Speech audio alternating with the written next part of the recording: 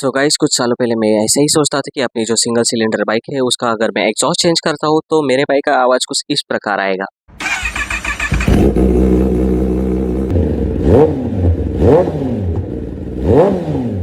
But ऐसा हुआ है, आवाज़ कुछ इस प्रकार आ रहा है।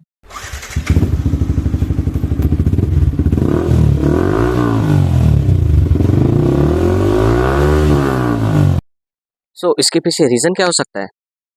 यही सोच के आप इस वीडियो पे आए हो। आई नो, आपने थंबनेल देख के ही इस वीडियो को क्लिक किया। सो यस गाइस, आज हम सारी वो डिटेल एक्सप्लेन करने वाले हैं। इनलाइन 4 ऐसे क्यों आवाज़ करती है, इनलाइन 3, पैरेलल ट्विन और सिंगल सिलेंडर का आवाज़ क्यों अलग अलग होता है, यही हम बात करने वाले हैं इस वीडियो पे। तो शुरू करते हैं आज की video. By the way, internet पे बहुत ज़्यादा रिसर्च करने के बाद मुझे ये पता चला कि किसी ने एक्सप्लेन नहीं किया है कि इनलाइन 4, पैरेलल ट्विन, इनलाइन 3 और सिंगल सिलेंडर कैसे आवाज़ करते हैं और इस आवाज़ के पीछे क्या रीज़न होता है। तो ये वीडियो अपना बहुत ही फ्रेश वीडियो होने वाला है। सो ये बहुत ही इन्फॉर्मेटिव वीडियो होने वाला है, तो इस वीडियो को पूरा देखिएगा। तो अभी आपने तो सिंगल सिलेंडर की भी आवाज़ सुन ली, इनलाइन 4 की भी आवाज़ सुन ली। सो अभी हम क्या करते हैं, पैरेलल ट्विन की आवाज़ सुनते हैं और इनलाइन 3 की आवाज़ सुनते हैं।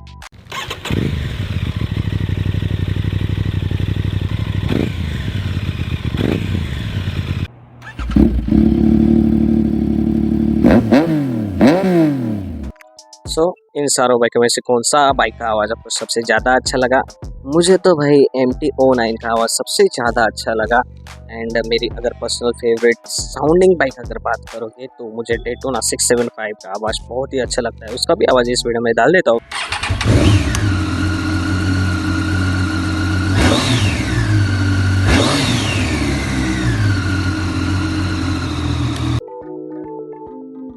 गाइस, मैं कुछ मिस कर रहा हूँ क्या? यस गाइस, एक बाइक में मिस कर रहा हूँ, cross plane engine Yamaha R1 की आवाज़ सुन लो गाइस।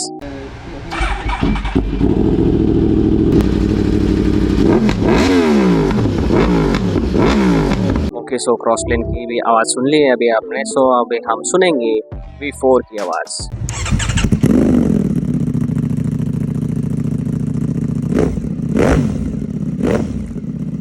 ओके गाइस, तो सारी बाइक की इंजन की आवाज़ सुन ली है आपने। अभी हम क्या करने वाले हैं, इनको कैटेगराइज करेंगे। सो अभी आपने कौन से इंजन की आवाज़ सुनी है मैं बता देता हूँ। सिंगल सिलेंडर की आपने आवाज़ सुन ली है, ट्विन सिलेंडर की आवाज़ आपने सुन ली है, वापस इनलाइन 3 इंजन की आवाज़ सुन ली है, इनलाइन 4 इंजन की आवाज़ सुन ली है, वापस क्रॉस प्लेन की आवाज़ सुन ली है और V4 की आवाज़ सुन ली है। तो गाइस, अभी हम सबसे पहली बाइक के बारे में बात करने वाले, वो बाइक होने वाली Kawasaki Ninja ZX-10R।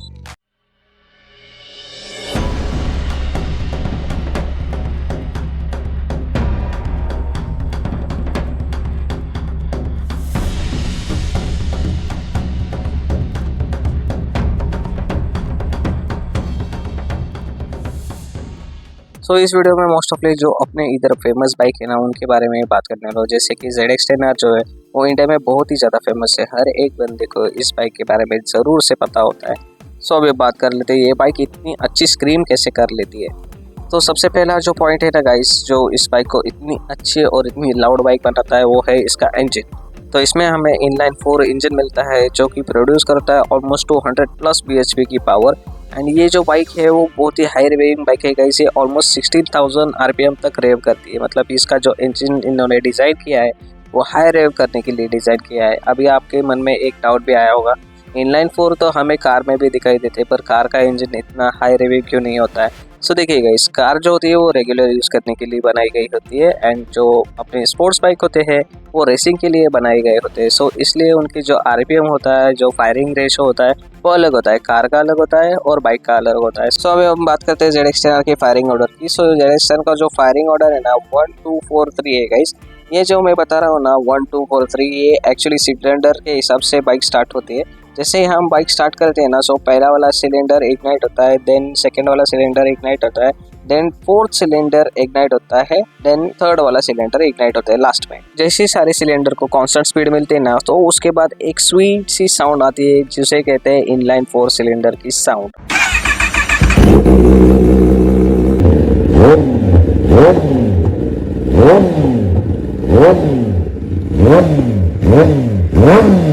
But guys, ऐसी वाली आवाज़ सुनने के लिए आपको एग्जॉस्ट तो बदलना ही पड़ेगा। सो आपको कस्टम एग्जॉस्ट लगाना पड़ने वाला है, देन ही अपनी ज़्यादा लाउड आवाज़ मिलने वाली है। सो गाइस, अभी बढ़ते हैं अपने नेक्स्ट बाइक की ओर। वो होने वाली यामाहा की तरफ से आने वाली MT-09, जिसमें हमें इनलाइन 3 सिलेंडर इंजन मिलता है। सो सबसे पहले इस बाइक की आवाज़ सुन लीजिए गाइस।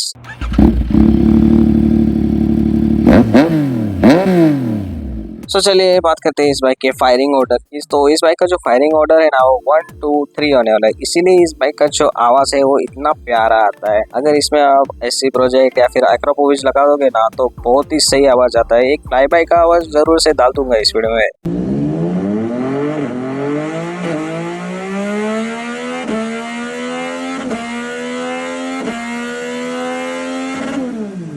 डेफिनेटली आपको ईयरगैज़म तो हो गया होगा। मोस्ट ऑफली देखा जाए ना तो इनलाइन 3 सिलेंडर की जो आवाज़ होती है वो सबसे ही अच्छी होती है। जैसे कि आपने देखा डेटोना का भी आवाज़ ऐसा ही था, उसी के साथ MT09 का भी आवाज़ सेम ही है। एंड देखा जाए तो इनमें जो 1 to 3 का रेशो होता है ना उसी वजह से इसका आवाज़ इतना प्यारा होता है। एंड एग्जॉस्ट अगर आपने चेंज कर दिया तो उस वजह से इस बाइक का और भी साउंड बेटर हो जाता है। इनलाइन 4 इनलाइन 3 की यही खासियत होती है कि ये जो इंजन होती है वो बहुत हाई रिविंग इंजन, इसी वजह से इनका जो साउंड है वो इतना प्यारा आता है गाइस। सो गाइस अभी हम बढ़ते हैं अपनी नेक्स्ट बाइक की ओर। सो वो बाइक होने वाली है अप्रिलिया की तरफ से आने वाली है RS660। आई नो गाइस कि मैंने बोला था कि इंडिया में जो बाइक फेमस है उसी के बारे में बात करूंगा, बट मुझे RS457 से ज़्यादा अच्छी आवाज़ RS660 की लगती है। दोनों में ट्विन इंजन मिलते हैं, बट इस बाइक में जो आवाज़ आता है ना वो बहुत ही अच्छा आवाज़ आता है। सो अभी आपको मैं इस बाइक का आवाज़ सुना के दिखाता हूँ।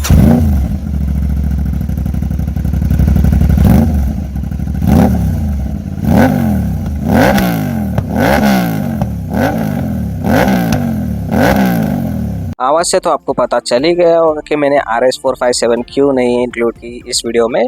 तो यस गाइस, इस बाइक का जो ग्राउल है, इस बाइक का जो रॉ साउंड है ना गाइस, इस वजह से इस बाइक को मैंने इस वीडियो में इंक्लूड किया है। तो देखा जाए तो अप्रिलिया RS660 में हमें पैरेलल ट्विन इंजन मिलता है। सो इस बाइक का जो फायरिंग ऑर्डर होने वाला है 1-2 का ही होने वाला है। सो आपने क्लियरली रिकॉग्नाइज कर ही लिया होगा, जैसा MT09 में और ZX10R में आवाज आ रहा था वैसा ही आवाज इस बाइक में नहीं आ रहा है। इस बाइक में ज्यादा सा रॉ आवाज आ रहा है। तो आप लोगों का अभी पता चल ही गया होगा कि मैंने ZX10R क्यों पहला रिव्यू किया, क्योंकि उसमें पहले 4 सिलेंडर थे, सेकेंड वाली जो MT09 थी उसमें 3 थे और अभी RS660 में 2 सिलेंडर है। जैसे जैसे हम सिलेंडर कम कर रहे हैं वैसे वैसे बाइकों का आवाज चेंज हो रहा है। सो आपको जानने में आसानी होगी कि इन सारों बाइकों का आवाज कैसा अलग अलग आ रहा है। तो ये तो बात होगी RS660 की। सो अभी हम बात करने वाले अपनी लास्ट बाइक के बारे में, मतलब यामाहा R15 के बारे में। ओके गाइस, सो बहुत सारे लोगों को तो सवाल गिर गया होगा कि R15 ही क्यों मैंने चूज की। सो टेक्निकल एस्पेक्ट से देखा जाए तो ये बाइक बहुत ही एडवांस है। इसमें हमें वे टेक्नोलॉजी मिल रही है, स्लीपर क्लच मिल रहा है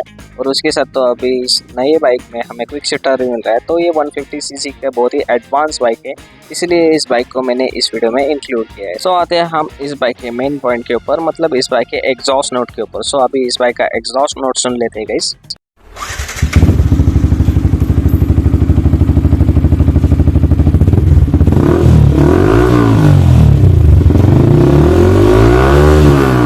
अब आते हैं हम अपने मेन टॉपिक के ऊपर। सो गाइस, सिंगल सिलेंडर की जो आवाज़ है वो अलग होती है और जो 4 सिलेंडर की आवाज़ है वो अलग होती है।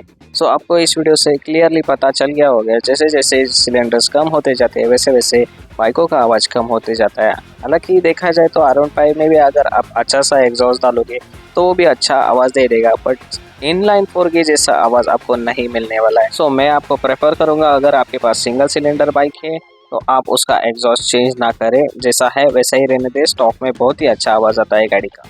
रुको रुको रुको गाइस, अभी तक वीडियो कंप्लीट नहीं हुआ है। अभी तो और 2 बाइक के बारे में जानना है आपको। जैसे कि मैंने वीडियो की शुरुआत में बताया था कि मैं एक इंजन के बारे में भूल गया था बताना, तो वो इंजन था यामाहा R1 का क्रॉस प्लेन इंजन। तो इसका पहले साउंड सुन लीजिए आप।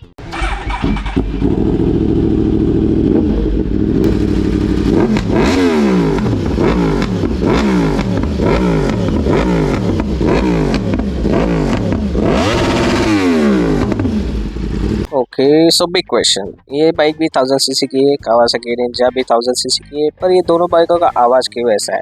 सो गाइस देखिए, दोनों का जो फायरिंग ऑर्डर है वो अलग है एंड बहुत सारी चीज़ें हैं जो मैं आपको वीडियो में एक्सप्लेन नहीं कर सकता हूँ। तो उसके लिए मैंने अभी एक डायग्राम क्रिएट की है।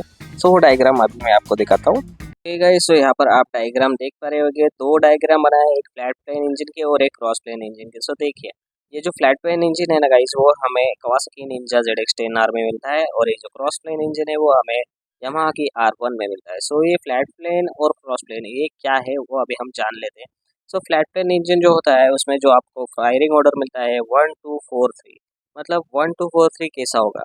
सो जैसे ही हम बाइक स्टार्ट करते हैं तो पहला पिस्टन इग्नाइट करेगा, देन सेकेंड वाला इग्नाइट करेगा, देन फोर्थ वाला इग्नाइट करेगा, देन थर्ड वाला इग्नाइट करेगा। ऐसा इसका सीक्वेंस रहने वाला है।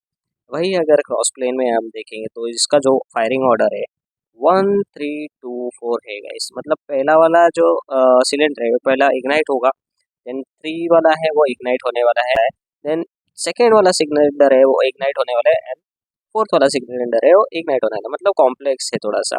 सो इसमें कैसा होता है, यहाँ पर आप देख पा रहे होंगे, यहाँ पे मैंने 180 डिग्रीज लिखा है। तो ये जो पिन होती है ये क्रैंक पिन है। ये यहाँ पर आप जो देख पा रहे होंगे वो क्रैंक पिन है। सो वो जैसे ही रोटेट होते हैं वो 180 डिग्रीज में रोटेट होते हैं, इसलिए इसकी जो रोटेशन है वो सेम है। बट ऐसा क्रॉस प्लेन में नहीं है। ये जो क्रैंक पिन होती है उसकी अलग अलग टाइम पे अलग अलग डायरेक्शंस पे जो रोटेशन है वो अलग अलग होती है। सो यहाँ पर देखोगे पहले पिस्टन्स में 180 डिग्री हिलेगी, दूसरे में 90 डिग्री हिलेगी, तीसरे में 180 डिग्री हिलेगी, वापस 270 डिग्री हिलेगी। मतलब जिसका जो फायरिंग ऑर्डर है वो बहुत ही अलग और कॉम्प्लेक्स है। इसीलिए यहाँ पर देखिए जो पिन है वो एकदम अपने अपोजिट साइड्स में डायरेक्ट हुए हैं। यहाँ पर देखोगे तो एकदम इक्वल डायरेक्ट हुए हैं। तो इसी वजह से इस इंजन का आवाज़ अलग आता है और इस इंजन का आवाज़ प्लेन आता है। सो इसीलिए इस बाइक का इंजन का नाम क्रॉस प्लेन इंजन रखा है। आई गेस आपको इसका थोड़ा आइडिया मिल गया होगा डायग्राम से, क्योंकि डायग्राम मैंने बहुत सिंपल रखा है। मैं ज़्यादा टेक्निकल एस्पेक्ट में नहीं जाने वाला हूँ। आई होप मुझे जो बताना था वो मैंने ठीक से बताया होगा इस वीडियो में, और डायग्राम के हिसाब से तो आपको बहुत ही अच्छी तरीके से पता चल गया होगा कि क्रॉस प्लेन इंजन कैसा वर्क करता है और उसका आवाज़ ऐसा क्यों आता है। तो ये तो हो गया क्रॉस प्लेन इंजन की बात। सो अभी हम क्या करने वाले ना, और एक बाइक है अपने लिस्ट में। सो उस बाइक के बारे में अभी थोड़ी सी डिटेल जान लेंगे। सो गाइस जो हमारी नेक्स्ट बाइक है ना वो है डुकाटी की तरफ से आने वाली Panigale V4। So here she comes guys, the Italian beauty Ducati Panigale V4।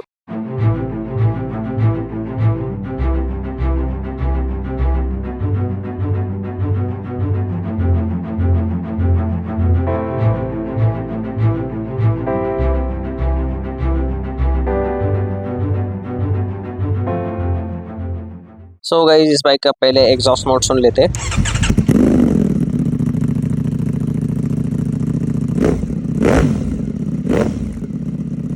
इस बाइक का एग्जॉस्ट नोट क्रॉस प्लेन की तरह ही आता है। मतलब जो अपनी R1 है उसकी तरह ही इस बाइक का भी एग्जॉस्ट नोट आता है, बस इसमें V शेप का इंजन मिलेगा आपको। 2 सिलेंडर आगे की तरफ, 2 सिलेंडर पीछे की तरफ। इसका जो फायरिंग ऑर्डर होने वाला है वो अभी देखा था। ओके सो गाइस डायग्राम पे मत जाओ, कैसे तो मैंने डायग्राम निकाला है। तो यहाँ पर आप देख करोगे V शेप में आपको यहाँ पर इंजन मिलता है। सो 2 पिस्टन इधर की तरफ और 2 पिस्टन उधर की तरफ।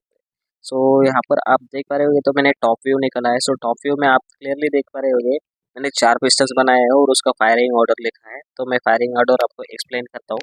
ओके गाइस तो आपको अभी मैं फायरिंग ऑर्डर सेट करके देता हूँ, मतलब फायरिंग ऑर्डर एक्सप्लेन करके देता हूँ। सो यहाँ पर आप जो गोल दिख रहे हो वो है पिस्टन्स, पिस्टन नंबर 1 2 3 4। सो इसमें फायरिंग ऑर्डर कैसे होने वाला है, पहला वाला और तीसरा वाला पिस्टन एक साथ ऊपर नीचे होने वाले हैं। फिर यहाँ पर आप देख रहे हो दूसरा वाला और चौथा वाला पिस्टन वो एक साथ ऊपर नीचे होने वाले। इससे जो आवाज़ है वो क्रॉस प्लेन की तरह ही आता है, और उससे थोड़ा सा और बेटर आता है। जो MotoGP के आवाज़ आते हैं ना बाइक्स के, उसी की तरह से इस V4 इंजन में आपको आवाज़ मिलने वाला है। क्रॉस प्लेन में बहुत ज़्यादा रॉ आवाज़ आपको मिलने वाला है। आई होप अभी आपको पता चल ही गया होगा अगर सिंगल सिलेंडर का हम एग्जॉस्ट चेंज करते हैं तो आवाज़ इनलाइन 4 की जैसे क्यों नहीं आती है। अगर आपको ज़्यादा इन्फॉर्मेशन चाहिए होगी तो कमेंट सेक्शन में बता दीजिए, मैं आपको वहीं पर भी एक्सप्लेन कर दूंगा। आई होप आपको ये वीडियो आपको अच्छा लगा हो। अगर ये वीडियो आपको अच्छा लगा हो तो लाइक कीजिए, शेयर कीजिए और सब्सक्राइब कीजिए मेरे चैनल को मामोटो मैक्स। मिलते हैं अगली वीडियो में। Bye guys.